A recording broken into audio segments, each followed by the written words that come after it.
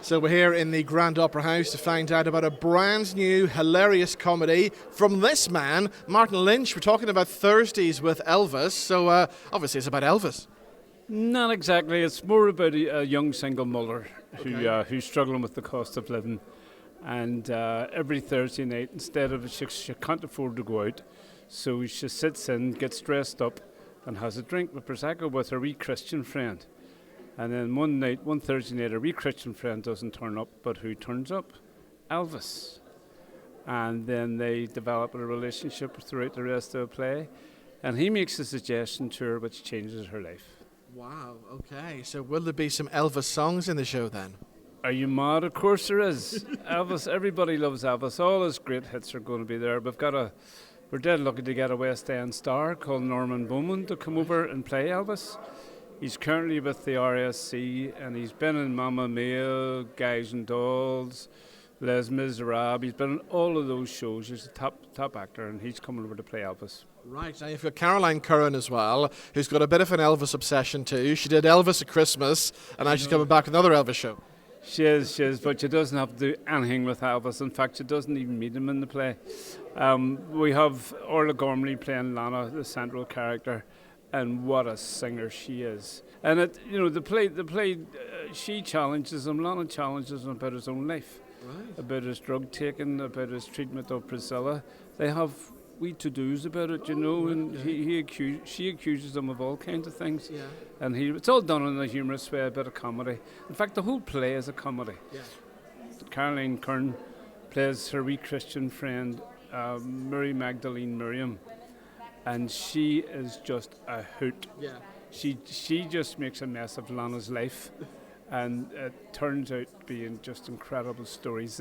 The shenanigans she gets up to is just funny. Brilliant. So when does the show open then? It opens in Armagh on the 20th of March, I think. Then it tours around Northern Ireland before finishing up in the Grand Opera House, 7th to 12th of April. Brilliant. We look forward to that. Martin, good to see you as always. And you as well, Robin. Thank you very much. So Caroline, there's just no escaping Elvis with you. It was Elvis before Christmas, and now there's more Elvis again. I know, I can't believe it. From one Elvis to another, look, blue, well, it's more velvet than suede, isn't it? Blue suede suit, we've got the whole thing on, yes. So I'm back out for Thursdays with Elvis. Yeah. And Elvis is actually going to be in this one this time. There is something brewing for Maggie's life. That's the way I can say, and I'm very excited about it. Considering I turned 40, I turned 40 in August, so it's been a mean feat in doing an hour each, and this is the longest one. Yeah. It's an hour each half, which, as you know, and being on my own, and it's very physical as well. It's very physical.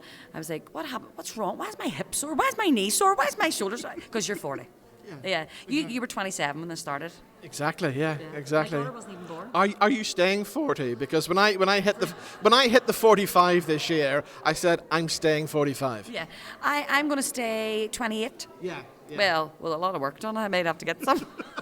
No, but do you know what? I've embraced it now. I think it's all a bit rocky at the start. I think everybody has that moment of, what am I doing? Especially with last year, didn't have much work because there was nothing going on in the arts.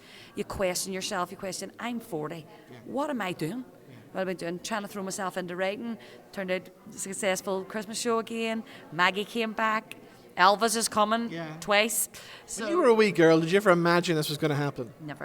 Never in a month of Sundays. Like, I left school very early because in school at the time they didn't, do acting. So I left and went to Biffy, Tower Street, met you.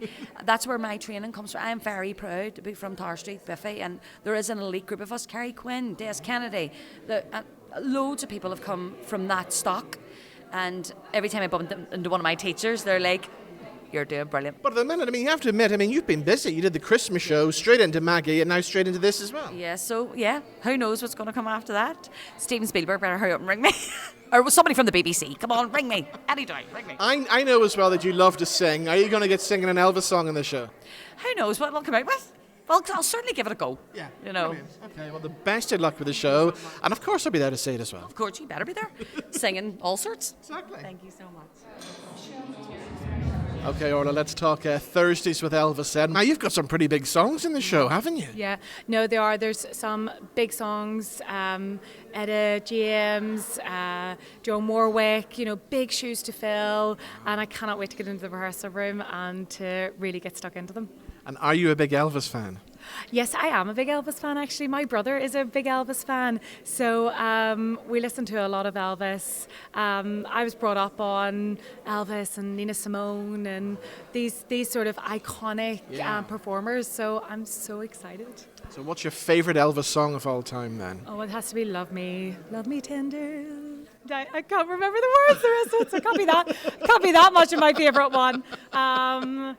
Yeah. That's a good one. Yeah, it's beautiful, isn't it? Yeah. Now, never mind Thursdays with Elvis. Tell me about Thursdays with Sting. Oh, yes. I suppose many years ago now, about 4 years ago, just before the pandemic, I did The Last Ship with Sting. We toured it in the UK, and then we went to Canada with it, and then we went to America with it, and it was absolutely incredible. He is an incredible human being, just lovely to be with, very supportive, very talented, and yeah, it was a very special moment in my life, I suppose, because it was incredible. When he sings, you're just like, oh my goodness, you're amazing. So yeah, it's brilliant. So after all that touring, is it good to get back home again then? Yeah, we moved back after being away for 17 years. Wow. So there's no place like home. Yeah. And I had started to really miss it, and I couldn't wait to really get home. I sort of was itching for it 2 years before we did it. And we're back home, sort of in the same areas where I grew up. And it's lovely.